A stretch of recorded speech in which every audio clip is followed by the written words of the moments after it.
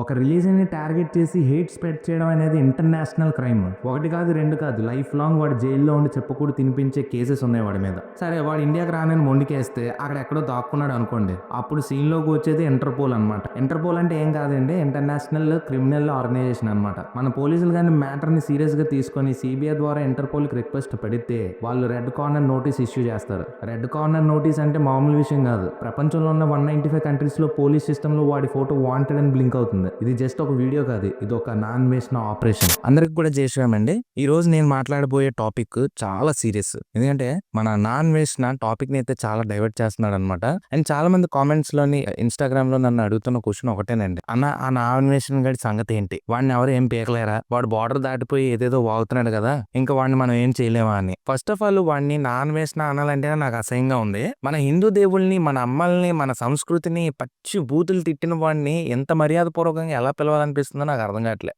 షాప్కి వచ్చాను అనమాట. 18 అంటుంది, 18 కాదు 15 అంత చిన్న అమ్మాయి. రూమ్ లోకి వచ్చేసాము. ఇంత చిన్న అమ్మాయి కొమ్మకాయమ్మ, ఇది బాగుంది, ఇది నచ్చింది అన్న.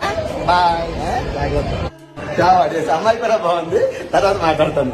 ఓకే, అసలు ఆడు మనిషే కాదు. కానీ ఫ్రెండ్స్, ఈరోజు మనము బీపీ పెంచేసుకొని ఏదో మాట్లాడడం కాదు, దీనికి తగ్గ యాక్షన్ కావాలి. వాడు ఆకాశంలో ఉన్న, పాతంలో ఉన్న ఇండియన్ లా తలుచుకుంటే వాడిని కారలు పట్టుకొని మరి ఇండియాకి ఈడ్చుకొని రావచ్చు. అసలు వాడిని లీగల్ గా ఎలా ఇరికించాలో, వాడి పాస్పోర్ట్ ని మన ఇండియన్ గవర్నమెంట్ ఎలా సీజ్ చేయగలదో, వాడు మన కంట్రీ పోలీసుల చేత ఎలా తన్నించాలో ఈ రోజు క్లియర్ గా పాయింట్ టు పాయింట్ ఎక్స్ప్లెయిన్ చేస్తాను. ఇది జస్ట్ ఒక వీడియో కాదు, ఇది ఒక నాన్ వేసిన ఆపరేషన్. వీడియో స్కిప్ చేయకుండా చూడండి. ముఖ్యంగా ఫారెన్ లో ఉన్న మన తెలుగు వాళ్ళు, మీరు తలుచుకుంటే వాడిని ఎలా రోడ్డు మీద లాగొచ్చో నేను ఈ రోజు ఈ వీడియోలో చెప్తాను. అసలు వాడి మీద ఉన్న కేసెస్ అయితే చిన్నవి కాదు, వాటిని సింపుల్ గా తీసుకోకండి. ఒకటి కాదు, రెండు కాదు, లైఫ్ లాంగ్ వాడు జైల్లో ఉండి చెప్పకూడదు తినిపించే కేసెస్ ఉన్నాయి వాడి మీద. మన దేవుళ్ళని వాడు అన్న మాటలు వింటేనే రక్తం మరిగిపోతుంది. ఒక రిలీజియన్ ని టార్గెట్ చేసి హేట్ స్ప్రెడ్ చేయడం అనేది ఇంటర్నేషనల్ క్రైమ్. అక్కడెక్కడో ఫారెన్ లో కూర్చుకొని కెమెరా ఆన్ చేసేసి అమ్మ అనే పదం వాల్యూ తెలియకుండా పచ్చి బూతులు మాట్లాడాడు. ఒక దానిపైన ఒట్టేసి మాట్లాడు, జీసస్ పైన నువ్వు క్రిస్టియన్ కాదు కదా, ఒట్టేసి చెప్పన్నా అంటే గలీజ్ గా తిట్టేస్తాడు అన్నమాట. జీసస్ మీద ఒట్టేయన్నా, నువ్వు కాదని. మీ అమ్మ మీద ఒట్టురా, జీసస్ మీద ఆతుపోకున్నా కొడుక.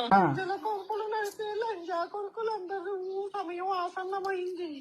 సనాతన తరము లంజా కొడుకులందరినీ తెంగి పారేసే టైం అయింది. Wait and watch. అన్న పడిందంటే కొడుకు పేకాట ఆడతారులే. ఇది సైబర్ క్రైమ్ కిందకు వస్తుంది. Indecent representation of women act ప్రకారం ఇది నాన్ బెయిలబుల్ అఫెన్స్. ఒకటి ఫ్రెండ్స్, మిగతావన్నీ ఒక ఎత్తు అయితే ఇది ఇంకో ఎత్తు. వాడి మీద మైనర్ గా ఎలిగేషన్స్ కూడా ఉన్నాయని టాక్ నడుస్తుంది. మామూలు కాదు అన్న, 14 years అమ్మాయి లేదు. ఇది కానీ నిజమైతే వాడు అమెరికాలో ఉన్న, యూరోప్ లో ఉన్న అక్కడ పోలీసులు వాడిని కుక్కను కుట్టినట్టు కొట్టి ఇండియాకి పార్సల్ చేస్తారు. ఎందుకంటే చైల్డ్ అబ్యూస్ అనేది ప్రపంచంలో ఎక్కడ జరిగినా అది మహాపాపం, మహానేరం కింద చూస్తారు. నాన్ వేషన్ మీద వీడియోస్ చేసిన ప్రతి వీడియో కామెంట్స్ కింద నేను చూసింది ఒకే ఒక్క పెద్ద డౌట్ అండి, వాడు ఇండియాలో లేడు కదా, ఫారెన్ లో ఉంటాడు కదా, వాడి పాస్పోర్ట్ మనం ఏం చేయగలమని. అయ్యో, పాస్పోర్ట్ అనేది వాడి ఆస్తి కాదురా బాబు, అది government of Indian property. Indian passports act 1967 section 10/3 ప్రకారం ఎప్పుడైతే ఒక క్రిమినల్ మీద ఇండియాలో సీరియస్ కేసెస్ రిజిస్టర్ అయ్యి కోర్టులో నాన్ బెయిలబుల్ వారెంట్ ఇష్యూ చేస్తుందో, లేదా వాడు బయట ఉంటే దేశానికి ప్రమాదం అని గవర్నమెంట్ ఫీల్ అవుతుందో, పాస్పోర్ట్ ఆఫీసర్ ఇమీడియట్ గా వాడి పాస్పోర్ట్ ని ఇంపౌండ్ లేదా రివోక్ చేయొచ్చు. ఒక్కసారి పాస్పోర్ట్ క్యాన్సిల్ అయితే ఏమవుతుందని మీరు ఊహించుకోవచ్చు. ఒకవేళ కానీ వాడి పాస్పోర్ట్ కానీ సీజ్ అయితే ఫారెన్ కంట్రీలో వాడు ఎక్కడున్నా కూడా ఇల్లీగల్ మైగ్రేట్ కింద అయిపోతాడు అనమాట. వాడి వీసా ఆటోమేటిక్ గా ఇన్వాలిడ్ అయిపోతుంది. వాడి డ్రైవింగ్ లైసెన్స్ పనిచేయదు. అక్కడ పోలీసులు వాడిని ఎక్కడ చూసినా అరెస్ట్ చేసి డిపోర్ట్ చేస్తారు అనమాట. డిపోర్ట్ అంటే ఏం లేదు, ఇండియాకి ప్యాక్ చేసేస్తారు. సో అందుకనే చాలా మంది న్యూస్ ఛానల్స్ లో మీరు చూసే ఉండొచ్చు, వాడి పాస్పోర్ట్ ని అయితే టార్గెట్ చేస్తున్నారు. అలాగే మన ఫస్ట్ టార్గెట్ కూడా వాడి పాస్పోర్టే. సరే, వాడు ఇండియాకి రానని మొండికేస్తే అక్కడ ఎక్కడో దాక్కున్నాడు అనుకోండి,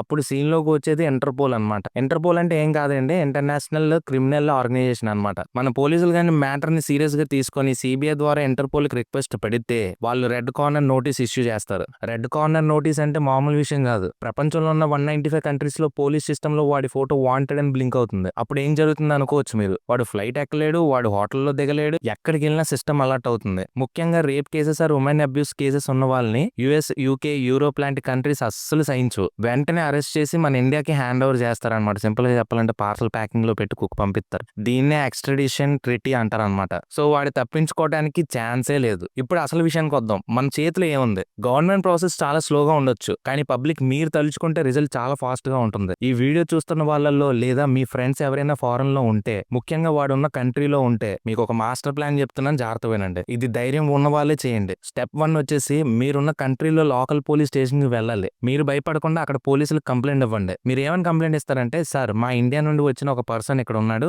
వాడి మీద ఇండియాలో రేప్ ఎక్యూజేషన్ ఉన్నాయి, అతను సోషల్ మీడియాలో హేట్ స్పీచ్ స్ప్రెడ్ చేస్తున్నాడు, వాడి మీద ఇక్కడ ఉన్న ఇండియన్స్ కి మీ సొసైటీకి చాలా డేంజర్ అని చెప్పండి. ప్రూఫ్స్ అడిగారు అనుకోండి, ఇన్స్టాగ్రామ్ లోని చాలా వీడియోస్ అయితే లీక్స్ ఉన్నాయి అనమాట, అవి కూడా చూపించొచ్చు. ఫారెన్ కంట్రీస్ లో ఉమెన్ సేఫ్టీ విషయంలో పోలీసులు చాలా స్ట్రిక్ట్ గా ఉంటారు అండ్ వెంటనే యాక్షన్ కూడా తీసుకుంటారు. స్టెప్ 2, అక్కడ ఉన్న ఇండియన్ ఎంబసీకి వెళ్ళండి. మీ దగ్గర ఉన్న ప్రూఫ్స్, వాడి వీడియో క్లిప్స్, ఎఫ్ఐఆర్ కాపీస్ ఏమైనా మీ దగ్గర ఉంటే చూపించండి. వెంటనే వీడి పాస్పోర్ట్ అనేది క్యాన్సిల్ అయిపోతుంది అనమాట. అక్కడ చెప్పాల్సిన విషయం ఏంటంటే, వాడు దేశం పరువు తీస్తున్నాడని ప్రెజర్ పెట్టండి. సీరియస్ గా చెప్పిన ఎంబసీ తలుచుకుంటే 24 hours లో వాడి game over. Social media storm ఆ కంట్రీ పోలీస్ ట్విట్టర్ హ్యాండిల్ కి, ఇమిగ్రేషన్ డిపార్ట్మెంట్ కి ట్యాగ్ చేసి వాడి వీడియోస్ పోస్ట్ చేయండి. క్యాప్షన్ లోని లుక్ ఎట్ దిస్ క్రిమినల్ అని చెప్పేసి ప్రపంచం మొత్తం తెలిసేలా చేయండి. సో ఫ్రెండ్స్, ఫైనల్ గా నేను చెప్పాలనుకున్నది ఒకటే, వీడు టాపిక్ ని డైవర్ట్ చేస్తున్నాడు. వీడు చేసిన లత్కోల్ పనికి ఇప్పుడు దేశాన్ని ఉద్ధరించే వీడియోస్ పెడతా ఉంటాడంట. అండ్ సోషల్ మీడియాలో మనం కమెంట్ పెడితే సరిపోద్దు, గ్రౌండ్ లెవెల్లో దిగాలి. చట్టం తన పని తను చేస్తుందని వెయిట్ చేయొద్దు. మనం కూడా చట్టానికి హెల్ప్ చేద్దాం. విదేశాల్లో ఉన్న మన తెలుగు సైన్యం తలుచుకుంటే వాడు ఎక్కడ దాక్కున్నా బయటకు లాగొచ్చు.